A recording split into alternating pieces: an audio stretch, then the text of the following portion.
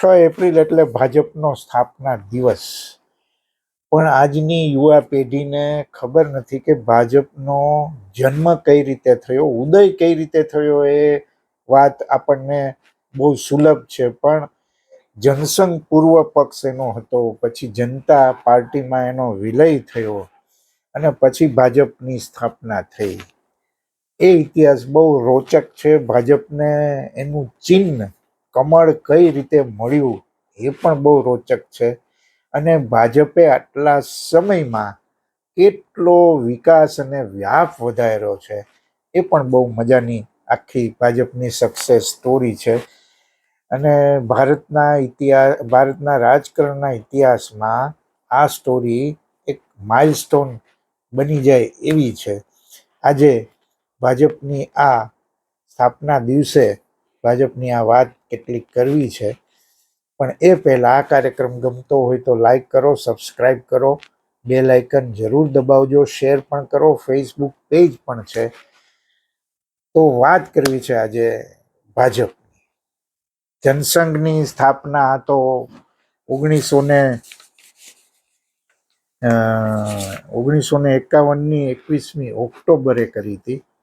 પણ પછી 1977માં ભાજપ જનસંઘ છે જનતા પાર્ટીમાં વિલય થયો અને 1980માં ભાજપની સ્થાપના થઈ, જે આજનો ભાજપ છે. પણ આ ભાજપની સ્થાપના કરવાનું શું કારણ હતું એ બહુ મહત્વનું છે. અને સમસ્યા ત્યારે એ હતી કે જનતા મોરચો તો એની સરકાર હતી અને એ સરકાર બરાબર ન ચાલીને પડી ભાંગી. અને ઇન્દિરા ગાંધીએ એમ કહ્યું કે જે કામ કરી શકે એવી સરકારને ચૂંટો, અને જનતા મોરચાનું પતન થયું. એ પછી જનતા પાર્ટી માં બહુ બધી અંદર ગડબડો થઈ અને ત્યારે એ મોરચામાં 5 પાર્ટીઓ સામેલ હતી.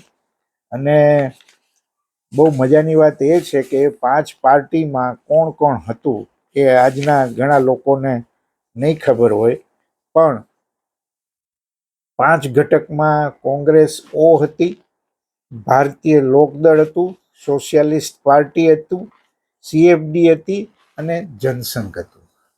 પણ સમસ્યા એ થઈ, જેમાં અડવાણીએ એમની આત્મકથા, ભાજપના જેટલા મિત્રો છે, ભાજપના સમર્થકો છે કે ભાજપના સભ્યો છે, એમણે અડવાણીની જીવનકથા માય કન્ટ્રી માય લાઈફ જરૂર વાંચવી જોઈએ. બહુ આખો એમણે આ રાજકીય આત્મકથા છે, પણ બહુ સરસ આલેખ એમાં કર્યો છે. વાજપેયીનું આમુખ લખ્યું છે, વાંચવું જોઈએ, દરેકે વાંચવું જોઈએ. અને વાત ત્યાં હતી કે શા માટે ભાજપની રચના કરવાની જરૂર પડી.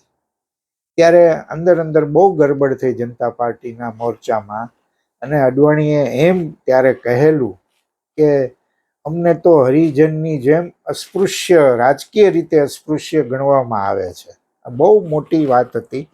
અને એમાંથી આ કદાચ ભાજપના જન્મની શરૂઆત, બેવડા સભ્ય પદની જ્યારે વાત આવી અને મોરારજીભાઈ દેસાઈએ જરા એમાં ભાજપને સાથે રાખી લેવા માટેના પ્રયત્નો પણ કર્યા, પણ આખરે એ શક્ય ન બન્યું. ને એનું મતદાન જે થયું અને એ મતદાનમાં 14 વર્ષથી 17ના કારણે જનસંઘને અસ્વીકાર્ય ગણવામાં આવ્યો.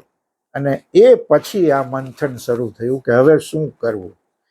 અને એ બધી જે લાગણીઓ હતી એ ઉચાટ હતો. 1980ની 5 અને 6 એપ્રિલે રાષ્ટ્રીય 2 દિવસનું રાષ્ટ્રીય અધિવેશન મળ્યું દિલ્હીના ફિરોઝશાહ કોટલા મેદાનમાં. અને 3500થી વધારે પ્રતિનિધિઓ ભેગા થયા અને 6 એપ્રિલે એક નવા રાજનૈતિક દળ ભારતીય જનતા પાર્ટીની રચના કરવામાં આવી. અટલ બિહારી વાજપેયીને પહેલા પ્રમુખ બનાવવામાં આવ્યા. અને અડવાણીજી એમના પુસ્તકમાં બહુ સરસ લખે છે કે સૌથી મોટી વાત ત્યારે એ હતી કે આ રાજનૈતિક નવી પાર્ટી બની છે, પણ શું એ જનસંઘને ફરી જીવિત કરી શકશે? કારણ કે જનતા પાર્ટીમાં સાથે ભળી ગઈ હતું જનસંઘ. અને ત્યારે અટલજી જે પ્રમુખ સ્થાનેથી વાત કરે છે બહુ બહુ મજાનું છે. એમણે એમ કહેલું કે નહીં, અમે પાછા નહીં જઈએ. અમે કહેવા નથી માગતા કે અમે કોઈ પણ રીતે જનસંઘને ફરીથી જીવિત કરીશું. અમે જનતા પાર્ટીના પોતાના અનુભવોનો ફાયદો ઉઠાવીશું. અમને તેમના સાથે રહેલા અમારા સંબંધો પર ગર્વ છે. હવે અમે તેમનાથી અલગ થઈ ગયા છીએ. અમે કોઈ પણ રીતે પોતાના અતીતથી અલગ થવા નહીં માંગીએ. પોતાની નવી પાર્ટીની રચના કરવાની સાથે અમે ભવિષ્ય તરફ જોઈએ છીએ, પાછળ નહીં.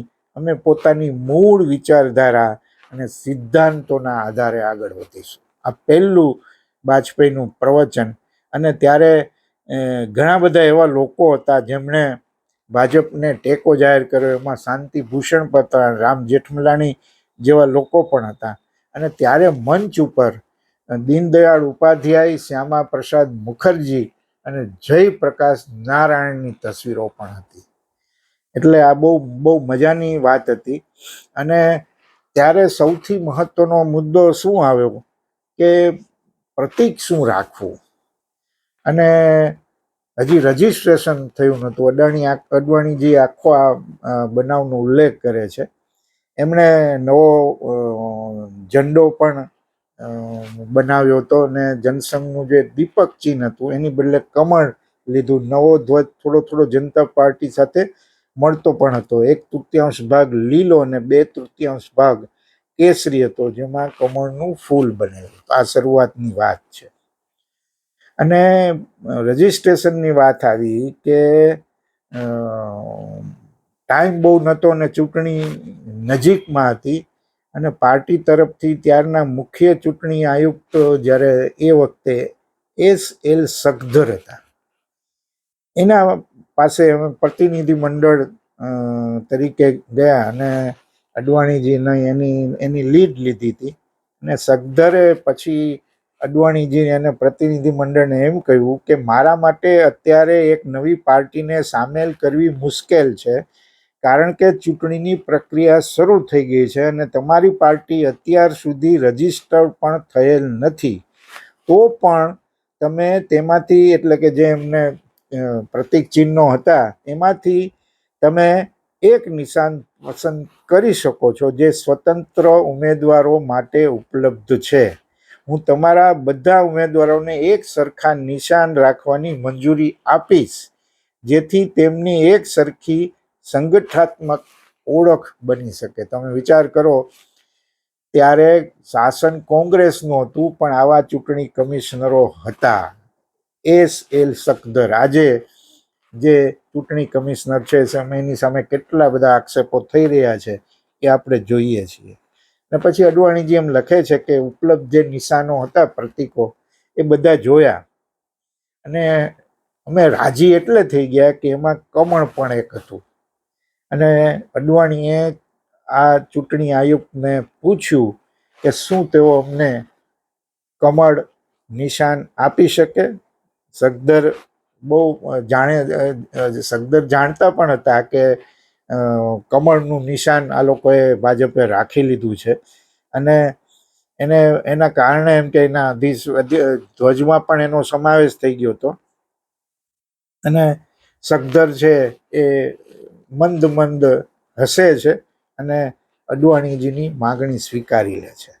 પણ અડવાણીજીએ બીજું પણ એક ઓબ્ઝર્વેશન કરેલું. જે પ્રતીકો હતા ને એમાં કમળ સાથે ગુલાબ પણ હતો.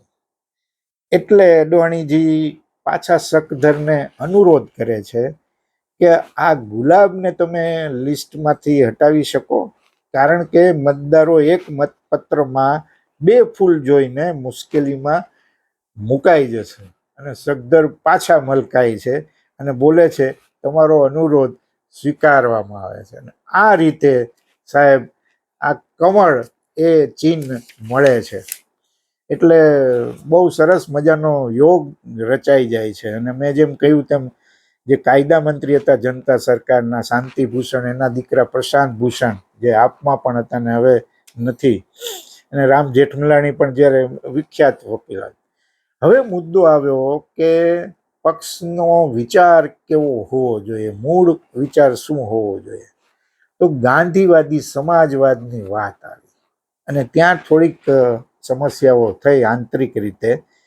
અને અડવાણીજી એમ લખે છે કે ગાંધીવાદી સમાજવાદ અમને સંપૂર્ણ રીતે એકાત્મ માનવવાદની અવધારણા જેવો જ લાગ્યો. આ સમાજવાદ માર્ક્સવાદી ધારણાથી બિલકુલ અલગ હતો. દીનદયાળજી પણ આર્થિક સમતાવાદ, સ્વદેશી આર્થિક વિકેન્દ્રીકરણ, ખેતી અને નાના ઉદ્યોગોના પુનરુત્થાન અને મૂડીથી શ્રમને વધારે મહત્વ આપવા પર ભાર મૂકતા હતા. એટલે આ રીતે ગાંધીવાદી સમાજવાદ આજે જે ભાજપ કે સંઘના કેટલાક લોકો ગાંધીથી થોડા શુભ જેમને છે અથવા તો ગાંધી વિચારની ટીકાઓ કરે છે, એમણે આ અડવાણીજીની વાત બરાબર સાંભળવી જોઈએ જે એમણે લખી છે. પણ એમ છતાંય એ ગાંધીવાદી સમાજવાદ વિચારનો વિરોધ થયો. અને વિરોધ કોણે કર્યો? વરિષ્ઠ નેતા રાજમાતા વિજયરાજે સિંધિયા, જેમણે પાર્ટીની કારોબારી સમિતિમાં એક નોંધ પ્રસારિત કરાવી કે ગાંધીવાદી સમાજનો સ્વીકાર કરવાથી ભાજપ કોંગ્રેસની ફોટોકોપી બની જશે સાહેબ. ત્યારે પણ આ કશ્મકશ ઊભી થઈ. પણ પછી એમણે સમજાવ્યા વાજપેયી અડવાણીએ, એટલે એમને નોંધ પાછી કાઢી લીધી અને પાર્ટીની અંદર લાંબી ચર્ચા વિચારણા પછી આર્થિક દર્શનનો ભારતીય અંશ છે એની ઉપર ભાર મૂકવાયો અને મંજૂર થઈ અને ભાજપની યાત્રા એ રીતે શરૂ થઈ. અને આ 28થી 30 ડિસેમ્બર 1980 ભાજપનું પહેલું મહાઅધિવેશન મુંબઈમાં બનેલું અને ત્યારે એક અવિસ્મરણીય બનાવ બનેલો જેની અડવાણી નોંધ કરે છે. બાંદ્રા પાસે અરબી સમુદ્રની સામે બનાવેલ વિશાળ ખુલ્લા મંડપમાં લગભગ 50,000 પ્રતિનિધિઓ એકઠા થયા. પહેલું જે સંમેલન બોલાવ્યું 2 દિવસનું 5 અને 6 એપ્રિલે, ત્યારે 3500 પ્રતિનિધિઓ હતા. આમાં 50,000 પ્રતિનિધિઓ ભેગા થયા અને સ્થળનું નામ રાખવામાં આવ્યું સમતા નગર. અને એ એમ કે બરાબર ભાજપની વિચારધારાને એકદમ ફિટ બેસે એવું હતું. અને બહુ ભાજપની રચના થઈ અને પછીના તરત ગાળામાં જે સભ્યપદમાં વધારો થયો ને, એ બહુ અદ્ભુત વધારો થયો છે. મારે બીજી પણ એની સાથે વાત જોડવી છે. એ અડવાણી એમ લખે છે કે એપ્રિલમાં ભાજપની રચના બાદ બહુ ટૂંકા ગાળામાં લગભગ 25 લાખ નવા સભ્યોને સામેલ કરવામાં આવ્યા અને વ્યવહારિક દ્રષ્ટિથી ભારતના દરેક રાજ્યમાં પક્ષના એકમોની રચના કરવામાં આવી. જનસંઘ જ્યારે ટોચ પર હતું ત્યારે એના સભ્યો હતા 16 લાખ અને એકાએક આ 25 લાખ થયા. અને પછી અટલજી પ્રમુખ પદે જે રીતે ચૂંટાયા અને એના કારણે અડવાણીજીને એ બેની જોડીના કારણે એ આટલા બધા સભ્યો નો વધારો થયો બહુ ટૂંકા ગાળામાં. અને આજે ભાજપના કેટલા સભ્યો છે સાહેબ? લગભગ 2019માં 18 કરોડ સુધીની સંખ્યા પહોંચી હતી અને આ વર્ષના અંત સુધીમાં એમ કહે છે કે 20 કરોડ ને પણ વટાવી જશે. એટલે ભાજપ છે દુનિયાનો સૌથી મોટો પક્ષ. ગુજરાતમાં પણ 1,15 કરોડ જેટલા સભ્યો ધરાવે છે. અલબત્ત એમાં જે ભાજપની સભ્ય બનાવવાની જે સ્ટાઇલ હતી એ બહુ વિવાદાસ્પદ બનેલી. મિસ કોલની પ્રથા હતી અને એકવાર તમે એ મિસ કોલ કર્યો એટલે ભાજપના તમે સભ્ય થયા. એ સક્રિય સભ્ય નહીં પણ સભ્ય થઈ ગયા. એ રીતે સંખ્યામાં ખાસો વધારો થયો. એટલે આ 25 લાખ જે હતા એ એકદમ ભાજપના સમર્થકો હતા. એ બહુ મહત્વનો મુદ્દો છે. એટલે આ રીતે ભાજપની રચના થઈ અને પાર્ટી અને સૌથી પહેલી વાર જે ભાજપ માટે કહેવામાં આવતું હતું હજી સુધી, હવે જો કે એ વાત નબળી પડી ગઈ છે. અને ત્યારે એમણે વાજપેયી જ્યારે સત્તાવાર રીતે એમને પ્રમુખ બનાવ્યા ત્યારે એમણે જે પ્રવચન કરેલું એમાં એમણે એમ કહેલું કે Bhajpa party with a difference હશે. અમે પાર્ટીને માત્ર ત્યારે સંગઠિત કરી શકીએ છીએ જ્યારે અમે લોકોના મનમાં વિશ્વાસ પેદા કરી શકીએ. લોકોને આ માનવું જોઈએ કે ભીડ ભેગી કરવાવાળી પાર્ટીઓથી આ અલગ છે. સાંભળો સાહેબ, શું વાજપેયીએ ત્યારે કહેલું. આની રાજનીતિ કેટલા મૂલ્યો અને સિદ્ધાંતો પર આધારિત છે. છળ કપટવાળી રાજનીતિનું કોઈ ભવિષ્ય નથી હોતું. ભાજપમાં તેવા લોકો માટે કોઈ સ્થાન નથી. આજે કેવા કેવા લોકો ભાજપમાં સામેલ થયા છે એની વાત આપણે પછી કરીએ. જેઓ હોદ્દા અને ધન માટે ગાંડા હોય છે, આવા લોકોને ભાજપના સ્થાન નથી. તે લોકો જેમનામાં સાહસ અથવા આત્મસન્માનનો અભાવ છે, તેઓ જઈને દિલ્હી દરબારને દંડવત નમન કરે. ત્યારે એમણે કોંગ્રેસને અનુલક્ષીને વાત કરી, પણ આજે જુદી રીતે વાતને સંદર્ભ કરવો પડે. જ્યાં સુધી અમારો પ્રશ્ન છે, અમે લોકશાહી અને સામાજિક ન્યાય માટે અવિરત લડતા રહીશું. એક હાથમાં ભારતનું બંધારણ અને બીજા હાથમાં સમાનતાનો પરચમ લઈને આવો આપણે લડત માટે કટિબદ્ધ થઈએ. આ અદ્ભુત સાહેબ પ્રવચન હતું એમણે. અને ભાજપ વાજપેયી જ્યારે બોલે ત્યારે લોકો સ્પેલ બાઉન્ડ થઈ જતા, એ તો કોઈ સવાલ જ નથી. અને ત્યારે એમણે છેલ્લે એમ કહ્યું હતું કે ભવિષ્ય હું કહી શકું છું કે અંધારું દૂર થશે, સૂરજનો ઉદય થશે અને કમળ ખીલશે. વાસ્તવમાં આજે એવું બન્યું છે, કારણ કે આજે ભાજપ સૌથી મોટો પક્ષ છે, સૌથી વધુ રાજ્યોમાં સત્તા છે. એની પણ વિગત આપણે કરવી છે. અને મજાની વાત એ છે કે ત્યારે મોહમ્મદ કરીમ ચાગલાની ઉપસ્થિતિ હતી અને એમણે બહુ સરસ વાત કરી. કોંગ્રેસની ટીકા, એમણે તો રાજનીતિમાંથી નિવૃત્તિ લઈ લીધી હતી, પણ એમણે કહેલું કોણ કહે છે કે દેશમાં કોંગ્રેસનો કોઈ વિકલ્પ નથી. હું અહીંયા મારી સામે ભાજપના રૂપમાં તેને જોઈ રહ્યો છું અને અટલ બિહારી વાજપેયીના રૂપમાં મને ઇન્દિરા ગાંધીનો વિકલ્પ દેખાઈ રહ્યો છે. આજે પરિસ્થિતિ ઉલટી થઈ ગઈ છે કે હવે ભાજપને નરેન્દ્ર મોદીના વિકલ્પની આપણે શોધમાં છીએ. અને ઓનલુકરમાં તંત્રી જનાર્દન ઠાકુરે જે ખાસ ઉલ્લેખ કરેલો, એમણે લખેલું કે હું અત્યારે મુંબઈમાં ભાજપના અધિવેશનમાંથી એક ચોક્કસ વિચાર સાથે પાછો આવ્યો છું કે આજે નહીં તો કાલે અટલજી દેશના પ્રધાનમંત્રી બનશે. મારી ભવિષ્યવાણી ગ્રહો પર આધારિત નથી અને ન તો હું કોઈ જ્યોતિષી છું. આ ભવિષ્યવાણી તે વ્યક્તિ અને તેમની પાર્ટી પર નાખેલ દ્રષ્ટિ પર આધારિત છે. વાજપેયી ભવિષ્યની પાર્ટીનું નેતૃત્વ કરી રહ્યા છે અને બંને કુસમિત થઈ રહ્યા છે. ક્યાં બાત છે સાહેબ, તમે વિચાર કરો કે આ વાત કેટલી સાચી પડી. જેમ નરેન્દ્ર મોદી માટે આપણા ગોંડલના નાથાલાલ જોશી, માતાજીના ભક્ત, એમણે એમ કહેલું કે મોટી ખુરશી તમારી રાહ જોઈ રહી છે. અને પછી 1983માં પહેલી ચૂંટણી આ પક્ષ લડે છે. ક્યાં લડે છે? કર્ણાટકમાં. અને વિધાનસભાની 224માંથી 18 સીટો મળે છે. એટલે દક્ષિણ ભારતમાં પહેલી મોટી હાજરીથી ભાજપની શરૂઆત થાય છે. સાહેબ, બહુ આ મહત્વનો મુદ્દો છે. ત્યારે હિમાચલ પ્રદેશમાં તો બહુ ઓછી, અડધાથી ઓછી, થોડી ઓછી સીટ એમણે જીતી હતી. પણ બધું મળીને ચૂંટણી પ્રદર્શન ધીરે ધીરે એનો ગ્રાફ ઉપર જવાની શરૂઆત કરી. કાશ્મીરમાં બહુ 1983માં મળી ત્યારે બહુ જ નબળું પ્રદર્શન ભાજપનું હતું. અને સૌથી મજાની વાત એ થઈ આ બધી ચૂંટણીઓ પછી કે ભાજપે આગળ કઈ રીતે વધવું.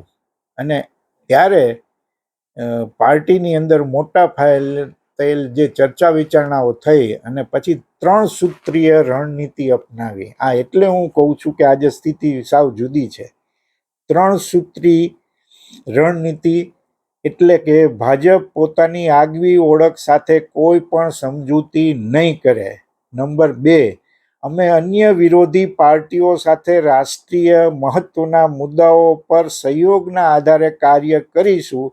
અને નંબર 3, રાષ્ટ્ર અને જનતાની સાથે જોડાયેલા મુદ્દાઓ પર પોતાનું જન આંદોલન તૈયાર કરીશું, જેથી અમારા સમર્થનને વિસ્તાર અને મજબૂતી મળી શકે. આજે કંઈક વાત જુદી છે, એ અલગ વસ્તુ છે. અને 1984માં ઇન્દિરા ગાંધીની હત્યા થાય છે. રાજીવ ગાંધીની તરફેણમાં સહાનુભૂતિનું મોજું ફરી વળે છે અને 542ના ગૃહમાં માત્ર 2 બેઠક ભાજપને મળે છે. અને ત્યારે સમજો સાહેબ, ત્યારે અટલજી એમ કહે છે કારોબારીની બેઠકમાં, હું લોકસભાની ચૂંટણી અને ભાજપની હારની પૂરી જવાબદારી મારા માથે લઉં છું અને પક્ષ જે નિર્ણય કરે તે સજા ખુશીથી ભોગવવા તૈયાર છું. પણ પાર્ટીએ તરત એ ઠરાવને નામંજૂર કરી દીધો, કારણ કે ભાજપ જાણતું હતું કે લોકસભામાં માત્ર 2 બેઠકો મળવાનો અર્થ ભારતીય રાજનીતિમાં પક્ષની યોગ્ય ઉપસ્થિતિનું પ્રતિબિંબ નથી. વાત સાચી હતી, સહાનુભૂતિનું મોજું હતું. પણ અટલજી અડવાણી ઉપર દબાણ કરે છે કે તમે પ્રમુખ થાવ, કારણ કે બહુ લાંબો સમય એકને એક વ્યક્તિ પ્રમુખ રહી ન શકે. અને પછી અડવાણીજીને પ્રમુખ બનાવવામાં આવે છે. આ રીતે સાહેબ ભાજપની સ્થાપના થઈ અને એની પ્રગતિની શરૂઆત થઈ. અને બહુ મજાની વાત કે એ વખતે જ્યારે શરૂઆતમાં જ્યારે ભાજપની સ્થાપના થઈ અને ચૂંટણીઓ આવવા લાગી, ત્યારે અડવાણીજીએ સુંદરસિંહ ભંડારીને એમ કહેલું કે તમે દેશ આખો ફરો અને લોકોનો અભિપ્રાય જાણો કે લોકો શું ઈચ્છે છે. અને આ 3500 કાર્યકર્તાઓ, પછી 25 લાખ ભાજપના સભ્યો, અને જાહેરાત થઈ, વાજપેયી પ્રમુખ બને, અડવાણી, સિકંદર બખ્ત અને સૂરજભાન એ મહામંત્રી બને. આ અદ્ભુત અને જનસંઘનો દીપક હતો અને ભાજપનું કમળ હતું. એ રીતે આગળ વાત વધતી જાય. આજે તો ભાજપનો વ્યાપ કેટલો વધ્યો છે અને કુલ 19 રાજ્યોમાં ભાજપ એના સાથી પક્ષો સાથે સત્તા ધરાવે છે. 13 રાજ્યોમાં એકલો ભાજપ શાસન કરે છે. અને ગઠબંધનની વાત કરીએ તો બીજા 6 રાજ્યો એવા છે અને 2 કેન્દ્ર શાસિત પ્રદેશો છે. કેવડી મોટી પ્રગતિ થઈ છે સાહેબ. 2માંથી 240 લોકસભામાં બેઠકો થઈ છે. 300થી ઉપર પણ ગઈ હતી, પણ એ પછી ગયા 2024માં ઘટી છે. અને સાંસદો કેટલા છે આજે ભાજપના? લોકસભામાં 240 છે અને એનડીએ તમે ગણો તો 293 થાય છે. રાજ્યસભામાં 115 છે. અને ધારાસભ્યની વાત કરીએ તો 1500થી વધારે છે. એમાં સૌથી વધારે યુપીમાં 250+ છે, ગુજરાતમાં 156ની ઉપર 5, પછી પેટા ચૂંટણી તમે ગણો એટલે ગુજરાતમાં પણ રેકોર્ડ બ્રેક છે. યુપી અને ગુજરાત એ બંનેમાં બહુ મોટી વાત છે. પણ મુદ્દો એ છે સાહેબ કે અડવાણીની ઉંમર હવે 98 વર્ષ થઈ છે. 2024માં એમને ભારત રત્ન પણ મળી ગયો અને એમને માર્ગદર્શન મંડળમાં જે રીતે બેસાડવામાં આવ્યા અને એ પછી નરેન્દ્ર મોદી યુગનો ઉદય થયો છે ને એમાં ભાજપની સત્તાનો વિસ્તાર, વ્યાપ સતત વધતો જાય છે. પણ એક વાતની નોંધ લેવી પડે કે 2024માં ભાજપને 36.6% વોટ મળેલા અને એનડીએને 43.8% મળેલા. એટલે તમે સમજો કે હજી પણ 40%થી ઉપર ભાજપનો વોટ શેર ગયો નથી. એટલે આ બહુ મહત્વનો મુદ્દો છે. પણ હવે તો ભાજપમાં જે સ્થિતિ થઈ રહી છે, હમણાં જ જે રીતે એમાં બગાડ આવ્યો છે, બીજા પક્ષોના નેતાઓને સમાવિષ્ટ કરી અને ગમે તે ભોગે સત્તા મેળવવાની જે લાલસા વધતી જાય છે, એ પછી મણિપુર હોય, ગોવા હોય, આસામ હોય કે ઘણા બધા રાજ્યોનો તમે ઉલ્લેખ તમે કરી શકો કે જેમાં બીજી પાર્ટીના નેતાઓને તોડી અને પોતાની સરકાર બનાવી હોય. અને આ પ્રમાણ સતત વધતું જાય છે.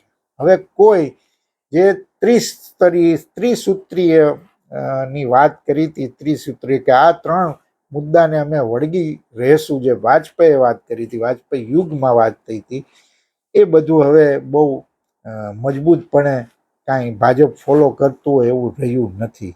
અને એટલે મારે કેટલાક આંકડા આપવા છે કે 2024 સુધીમાં 417 જુદા જુદા પક્ષોના ધારાસભ્યો કે સંસદ લોકસભાના સભ્યોએ પક્ષ પલટો કર્યો છે. એમાં 116 લોકો ભાજપમાં જોડાયા છે અને એમાં 37 કોંગ્રેસના છે. રાજ્યસભાની વાત કરો તો 17 જણાએ પક્ષ પલટો કર્યો અને એમાંના 10 ભાજપમાં છે. ધારાસભ્યની જો વાત કરીએ તો 2016 થી 24 દરમિયાન 405 લોકોએ પક્ષ પલટો કર્યો, એમાંથી 182 ભાજપમાં છે અને એમાં 42% કોંગ્રેસના છે. એટલે આ રીતે ભાજપનો વ્યાપ બહુ વધ્યો છે. મેં અગાઉ પણ એકાદ વિડીયોમાં ઉલ્લેખ કરેલો કે એક પક્ષના ઉમેદવાર, રાજકોટના પક્ષના ભાજપના ઉમેદવારની માટે એક નાસ્તા પાર્ટી થયેલી ને ત્યારે હું એમાં હાજર હતો અને એમાં જે વયસ્ક લોકો હતા એ એમ કહેતા હતા કે ભાઈ આવી શું જરૂર છે કે તમે બહારના લોકોને અંદર લાવી અને એમને બહુ સારા પદ આપો છો અને ધારાસભાની ટિકિટ આપો છો અને મંત્રી બનાવો છો, અને જે 40-50 વર્ષના યુવાન વયના જે હતા એમણે એમ કહ્યું કે અમારો શું વાંક, અમારે ક્યાં સુધી રાહ જોવાની જો આ લોકો આવીને અમારી ઉપર બેસવાનો. આ આખું ભાજપ આમ 360 ડિગ્રી કહેવાય એવો તફાવત. અને હમણાં તો તમે જુઓ કે સાહેબ કેટલા લોકો ભાજપમાં આવ્યા છે ને હમણાં એક ભાજપના જે એક નેતા નડિયાદની એક જાહેર સભામાં એમ કહે છે કે હું છાતી ઠોકીને કહું છું કે રાજકારણમાં રહી અને મેં રૂપિયા બનાવ્યા છે. એમનું નામ છે વિપુલભાઈ પટેલ. અમૂલના ચેરમેન રહી ચૂક્યા છે અને અત્યારે ડિરેક્ટર પણ છે અને ખેડા જિલ્લાના પ્રમુખ પણ રહી ચૂક્યા છે. નડિયાદની જાહેર કાર્યક્રમમાં એમણે આવી વાત કરેલી. એવા તો અનેક નેતાઓ છે કે જેની ઉપર ગંભીર આક્ષેપો હતા, એની સામે કેસ ચાલતા હતા, ઈડી અને CBI દ્વારા તપાસો ચાલતી હતી. એવા ઇન્ડિયન એક્સપ્રેસનો જે અહેવાલ હતો કે 2010 થી 2024 25 મોટા નેતાઓ, પછી એ કોંગ્રેસ હોય કે બીજા પાર્ટીના પણ હોય, એમણે પક્ષ પલટો કર્યો અને એમાં 25માંથી 23 નેતાઓ સામે કેસ બંધ થઈ ગયા અથવા તો ઢીલા કરી દેવામાં આવ્યા. એમાં કોણ કોણ? હમણાં જ જેમનું હેલિકોપ્ટર દુર્ઘટનામાં મોત થયું, અજીત પવાર, પ્રફુલ્લ પટેલ, શુભેન્દુ અધિકારી જે બંગાળમાં ભાજપના નેતા છે, હિમંતા બિસ્વા શર્મા જેમની સામે બહુ બધા ગંભીર આક્ષેપો થયા છે કે એમની પત્ની પાસે 3 પાસપોર્ટ છે, UAEમાં એમની કંપની છે ને એમાં કરોડોનું રોકાણ છે, ફલાણું ઢીકણું. અને પછી હિમંતાએ એમ કહ્યું છે કે એની સામે અમે બદનક્ષીનો દાવો કરીશું ને કંઈક ફરિયાદ પણ થઈ છે. અશોક ચૌહાણ, આવા કેટલાય નામ છે સાહેબ. અને અરુણાચલમાં પેમા ખાંડુ જેની સામે 1270 કરોડનું એક કૌભાંડ છે ને એમાં CBIની તપાસ થઈ રહી છે. અને જે સર્વે થયો છે એમાં ભાજપના બીજા પક્ષમાં પણ આવા લોકો નથી એવું નથી કહેવાનું, પણ આજે ભાજપની વાત કરીએ છીએ એટલે ભાજપના ચૂંટાયેલા સાંસદો, ધારાસભ્યોમાંથી 40%થી વધુ સામે કેસ છે ને એમાં 30% તો બહુ ગંભીર કેસ છે, જેમાં ભ્રષ્ટાચાર પણ છે, મની લોન્ડરિંગ છે, પણ છેતરપિંડી પણ છે. આ રીતે ભાજપ વિકાસ પામ્યો છે મોદી યુગમાં, એમાં કોઈ સવાલ નથી. આટલા બધા રાજ્યોમાં સત્તા છે અને હજી આગળ વધી રહ્યું છે. પણ સાથે સાથે જે વાજપેયી અડવાણીએ જે ભાજપની સ્થાપના કરી હતી, જે વિચારધારા સાથે ચાલ્યા હતા, જે સિદ્ધાંતો હતા, એ સિદ્ધાંતો, એ વિચારધારા આજે કેટલા મજબૂત છે, એમાં કેટલા ગાબડા પડ્યા છે, એ આપણે જોવું જોઈએ આટલી લાંબી સફર. કારણ કે જનસંઘની સ્થાપના થઈને અત્યાર સુધીનો ગાળો ગણો તો 75 વર્ષ થઈ રહ્યા છે ભાજપને. એ ભાજપમાં ઘણા બધા બદલાવ આવ્યા છે, સારા પણ છે, નરસા પણ છે અને કેટલાક નરસાથી પણ ઉપર છે.